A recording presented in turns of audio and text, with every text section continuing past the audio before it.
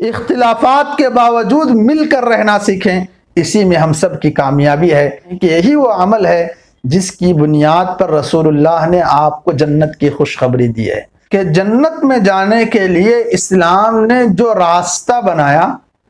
اس راستے کی دو پٹریاں ہیں، ایک پٹری کا نام حقوق اللہ تو دوسری پٹری کا نام حقوق العباد۔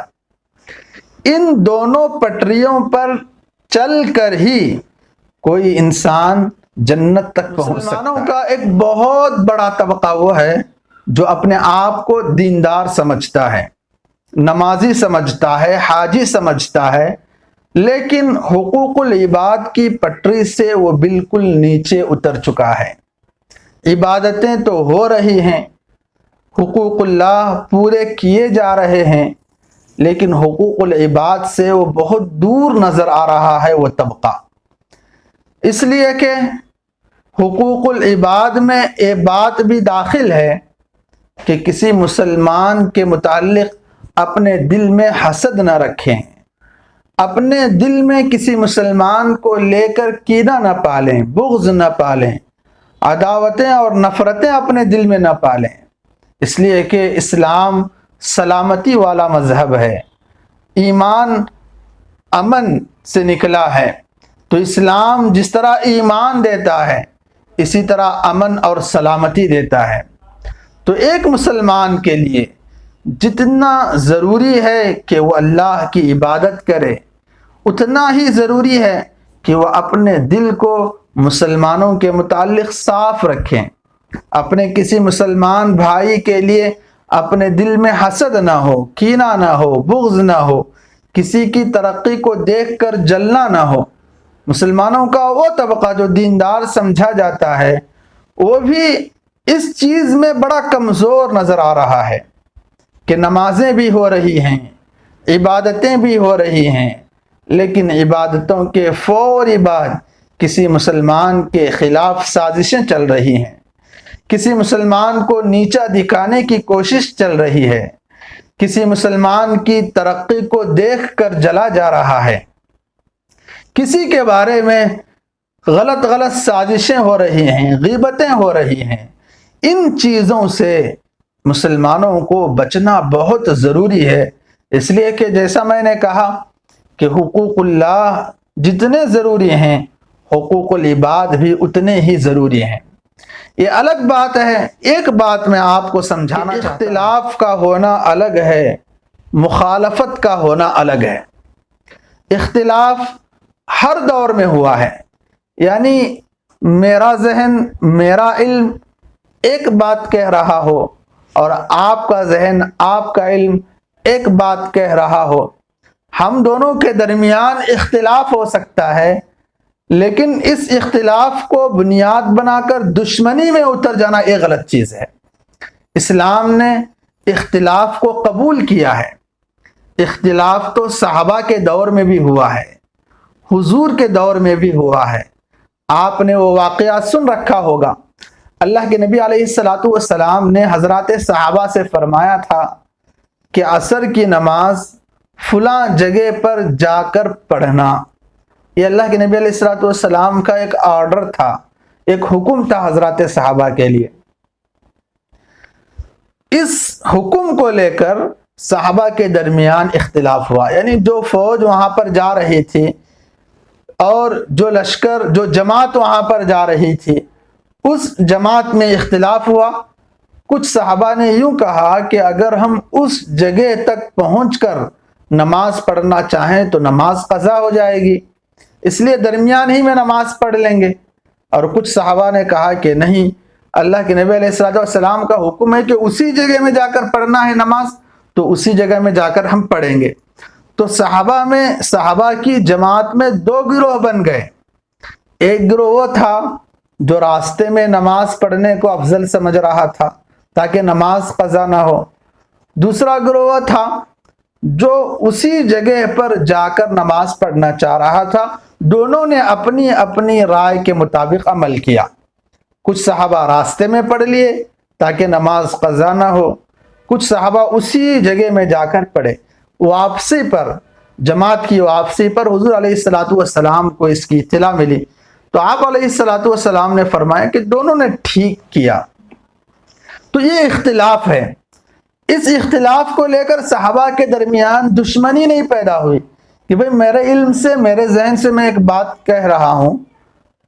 اور آپ کے علم میں، آپ کے علم کے وسعت کے مطابق وہ بات غلط ہے اور آپ اپنے علم کے حساب سے کچھ اور بات سوچ رہے ہیں۔ تو ٹھیک ہے، یہ اختلاف ہے، یہ اختلاف ٹھیک ہے، لیکن اس اختلاف کو بنیاد بنا کر مخالفت پر اتر آنا، دشمنی پر اتر آنا، اسلام نے اس کو بالکل پسند نہیں کیا اور اسلام نے اس کی اجازت بھی نہیں دی۔ اختلاف تو صحابہ کے دور میں بھی ہوا، اختلاف تو ائمہ کے دور میں بھی ہوا، جیسا کہ آپ سب جانتے ہیں کہ جو ائمہ ہیں 4 ہیں، امام ابو حنیفہ، امام شافعی، امام احمد بن حنبل، امام مالک۔ ان چاروں ائمہ کے مسائل میں اختلاف ہے، تبھی تو 4 مسلک بنے ہیں۔ چاروں مسلکوں میں کچھ نہ کچھ اختلاف ہے، امام ابو حنیفہ کچھ کہتے ہیں تو امام شافعی کچھ کہتے ہیں، ان کے علم کے حساب سے یہ صحیح ہیں، ان کے علم کے حساب سے وہ صحیح ہیں، اسلام نے اس کو ایکسیپٹ کیا۔ لیکن ائمہ کے درمیان اختلاف ہونے کے باوجود آپس میں یہ اکرام کیا کرتے تھے، آپس میں دشمنی نہیں کیا کرتے تھے۔ تو میں یہی سمجھانا چاہ رہا ہوں کہ اختلاف ایک الگ چیز ہے، اس کو مثال سے اگر سمجھنا ہے تو یوں سمجھیں کہ زمین پر 6 لکھا ہوا ہے، 6 کا جو گول دائرہ ہے، گول دائرے کی طرف میں ہوں اور میں کہہ رہا ہوں کہ یہ 6 ہے، آپ میرے اپوز میں ہیں، آپ کو 9 نظر آئے گا، وہ 6 کیسے نظر آئے گا؟ تو آپ اپنے علم کے حساب سے جو 9 کہہ رہے ہیں وہ بھی صحیح ہے، اور میں میرے علم کے حساب سے جو 6 کہہ رہا ہوں یہ بھی صحیح ہے۔ تو اسی طرح ہمارے جتنے بھی اختلافات ہیں، چاہے وہ اختلافات دینی ہو یا دنیاوی ہو، چاہے اختلافات ذہنی جو سوچ ہے ہمارے بھائیوں کے درمیان ہو، میاں بیوی کے درمیان ہو، ماں باپ کے درمیان میں ہو، دنیا کے کسی بھی فیلڈ میں ایسا ہو سکتا ہے کہ میرا ذہن ایک بات کہہ رہا ہو، آپ کا ذہن کوئی دوسری بات کہہ رہا ہو، اور یہ بھی ممکن ہے کہ ہمارا ذہن الگ الگ باتیں کہنے کے باوجود ہم دونوں بھی صحیح ہو، جیسے کہ 6 اور 9 کی مثال میں نے آپ کو دی۔ تو یہ اختلاف ہے۔ مخالفت الگ چیز ہے کہ اب میرا ذہن میں ایک کہہ رہا ہے تو میں اس پر عمل کروں گا، آپ اپنے ذہن کے حساب سے عمل کریں، لیکن دشمنی نہ ہو،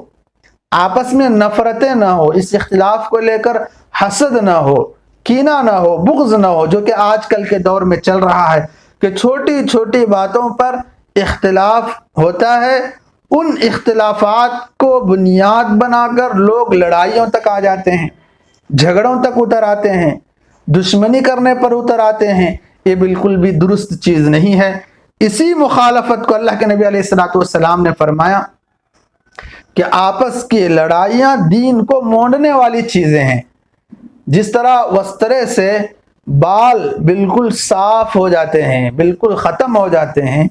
اسی طرح آپس کی لڑائیوں سے دین بالکل ختم ہو جاتا ہے، دین کا بس نام رہتا ہے، لیبل رہتا ہے، اندر کی روحانیت ختم ہو جاتی ہے۔ تو آپس کی دشمنیوں سے بچنا بے حد ضروری ہے۔ ہر مسلمان پر لازم ہے کہ وہ اپنے دل کو دوسرے مسلمانوں کے لیے صاف رکھیں۔ اختلافات کے باوجود میری بات کو ذرا سمجھنے کی کوشش کریں، اختلافات ہونا ممکن ہے، اختلافات کا ہونا ضروری ہے، اس لیے کہ اللہ نے ہر ایک کے ذہن کو الگ بنایا ہے، ہر ایک اپنے ذہن کے اعتبار سے سوچتا ہے، چاہے وہ اختلافات دنیا کے اعتبار سے ہو، دین کے اعتبار سے ہو، لیکن ان اختلافات کو بنیاد بنا کر ہم دشمنی پر نہ اتر آئیں، مخالفت پر نہ اتر آئیں، حسد اور کینے پر اتر نہ آئیں، اپنے دل کو سامنے والے کے بارے میں پاک و صاف رکھیں۔ میرا جو نظریہ ہے اس پر میں عمل کروں، آپ کا جو علم کہہ رہا ہے آپ اس پر عمل کریں، لیکن دشمنی نہ ہو، اس لیے کہ دل کو پاک رکھنے پر اللہ کے نبی علیہ الصلوۃ والسلام نے جنت کی خوشخبری سنائی ہے۔ جیسا کہ آپ سبوں نے وہ روایت سنی ہے کہ اللہ کے نبی علیہ الصلوۃ والسلام تشریف فرما تھے حضرات صحابہ کے درمیان، حضرات صحابہ سے اللہ کے نبی علیہ الصلوۃ والسلام نے فرمایا کہ ابھی ایک جنتی آدمی یہاں سے گزرے گا، ایک انصاری صحابی وہاں سے گزرے۔ دوسرے دن پھر اللہ کے نبی علیہ الصلوۃ والسلام تشریف فرما تھے، کہا کہ ایک جنتی آدمی یہاں سے گزرے گا، وہی انصاری صحابی دوسرے دن بھی گزرے۔ تیسرے دن پھر اللہ کے نبی علیہ الصلوۃ والسلام جنت کی خوشخبری سناتے ہیں کہ یہاں سے ایک انصاری صحابی، یہاں سے ایک جنتی آدمی گزرے گا۔ تیسرے دن بھی وہی انصاری صحابی گزرتے ہیں۔ حضرت عبداللہ بن عمر رضی اللہ عنہ کو ایک تشویش پیدا ہوتی ہے کہ ان کا کون سا خاص عمل ہے جس کی بنیاد پر اللہ کے نبی علیہ الصلوۃ والسلام نے دنیا ہی میں جنت کی خوشخبری دے رہے ہیں۔ جاتے ہیں ان انصاری صحابی کے گھر، 3 دن قیام کرتے ہیں، ان کے اعمال کا جائزہ لیتے ہیں کہ کیا عمل کر رہے ہیں۔ کچھ بھی وہ خاص عمل نہیں کر رہے، وہی جو فرائض ہیں انہیں ادا کر رہے ہیں، اور کوئی لمبی چوڑی الگ سے عبادتیں وہ نہیں کر رہے ہوتے۔ تیسرے دن جب گزرتا ہے تو واپسی کے موقع پر کہتے ہیں کہ آپ کا تو کوئی خاص عمل ہے نہیں جس کی بنیاد پر میں یہ کہہ سکوں کہ اس عمل کی وجہ سے اللہ کے نبی علیہ الصلوۃ والسلام نے آپ کو جنت کی خوشخبری دی ہو۔ کوئی خاص عمل تو آپ کا ہے نہیں، پھر بھی اللہ کے نبی آپ کو جنت کی خوشخبری دے رہے ہیں، اس کی کیا وجہ ہے، کیا عمل ہے؟ تو وہ صحابی جواباً عرض کرتے ہیں کہ میرا تو کوئی خاص عمل نہیں، وہی عمل ہے جو آپ دیکھے ہیں، البتہ ایک چیز یہ ہے کہ جب میں بستر پر آتا ہوں تو سونے سے پہلے اپنے دل کو کسی بھی مسلمان کے حسد سے پاک کر کے سوتا ہوں۔ کسی کو اللہ نے کوئی نعمت دی ہے تو اس نعمت پر میں حسد نہیں کرتا، یعنی جلتا نہیں، کسی کی ترقی کو دیکھ کر نہیں جلتا، کسی کی نعمتوں کو دیکھ کر نہیں جلتا۔ تو حضرت عبداللہ بن عمر رضی اللہ عنہ کہتے ہیں کہ یہی وہ عمل ہے جس کی بنیاد پر رسول اللہ نے آپ کو جنت کی خوشخبری دی۔ دل کا پاک رکھنا، دل کا صاف رکھنا، حسد سے، کینے سے، بغض سے، دشمنی سے، نفرتوں سے، عداوتوں سے، یہی چیز جنت میں لے کر جانے والی ہے۔ اگر ہم عبادتیں کرتے رہیں گے، بہت ساری عبادتیں ہم نے کر لیں، لیکن ہمارا دل صاف نہیں، ہماری نیت صاف نہیں، اور ہم لڑائیوں میں پڑے ہوئے ہیں، حق مارنے میں لگے ہوئے ہیں، تو قیامت کے دن ہمارے اعمال ہمارے کچھ کام نہیں آئیں گے۔ اس لیے کہ روایت میں آتا ہے کہ رسول اللہ صلی اللہ علیہ وسلم کا فرمان عالی ہے کہ قیامت کے دن ایک آدمی ڈھیر ساری نیکیاں لے کر آئے گا، بہت ساری نیکیاں، لیکن دنیا میں اس نے حق مارے ہوں گے، ظلم کیے ہوں گے، ناحق کسی کو ستایا ہوگا، کسی کو مارا ہوگا، کسی پر ظلم کیا ہوگا، کسی کا حق دبایا ہوگا۔ وہ سارے حق والے اللہ کے دربار میں آ کر کہیں گے کہ اللہ اس نے دنیا میں ظلم کیا ہے، تو اللہ کہیں گے کہ چلو تمہارے حق کے بقدر اس کے پاس سے نیکیاں لے کر جاؤ۔ ایک حق والا آئے گا، اپنے حق کے بقدر نیکیاں لے گا، چلا جائے گا، دوسرا آئے گا، تیسرا آئے گا۔ ایک وقت آئے گا کہ نیکیوں والے کے پاس سے نیکیاں ختم ہوں گی لیکن حق والے باقی رہیں گے۔ اللہ کہے گا کہ اب تو اس کے پاس نیکیاں ہی نہیں جو تم لے لو، ایک کام کرو کہ اپنے حق کے بقدر اپنے گناہ اس کے نامہ اعمال میں ٹرانسفر کرتے جاؤ۔ اب حق والے آتے جائیں گے، اپنے گناہ اس پر لاتے جائیں گے، نتیجہ یہ نکلے گا کہ جو بندہ نیکیوں کا انبار لے کر اللہ کے دربار میں آیا تھا، گناہوں کے ڈھیر کے ساتھ اللہ کے دربار سے نکالا جائے گا، منہ کے بل گھسیٹ کر جہنم میں پھینک دیا جائے گا۔ تو یہ کس لیے ہوا؟ اللہ کے رسول کی حدیث ہے، یہ اسی لیے ہوا کہ دل صاف نہیں تھا، حق ادا نہیں کیے تھے، ظلم کیا تھا، زیادتی کی تھی، غیبت کی تھی۔ یہ ساری برائیاں اسلام کو، دین کو مونڈنے والی چیزیں ہیں۔ اس لیے ایک گزارش یہ ہے کہ ہم اپنے دلوں کو پاک و صاف رکھیں، امت کو جوڑنے کا کام کریں، امت میں اتحاد کو پیدا کرنے کا کام کریں، اتفاق کو پیدا کرنے کا کام کریں، اختلافات کے باوجود مل کر رہنا سیکھیں۔ اسی میں ہم سب کی کامیابی ہے۔ السلام علیکم ورحمۃ اللہ وبرکاتہ۔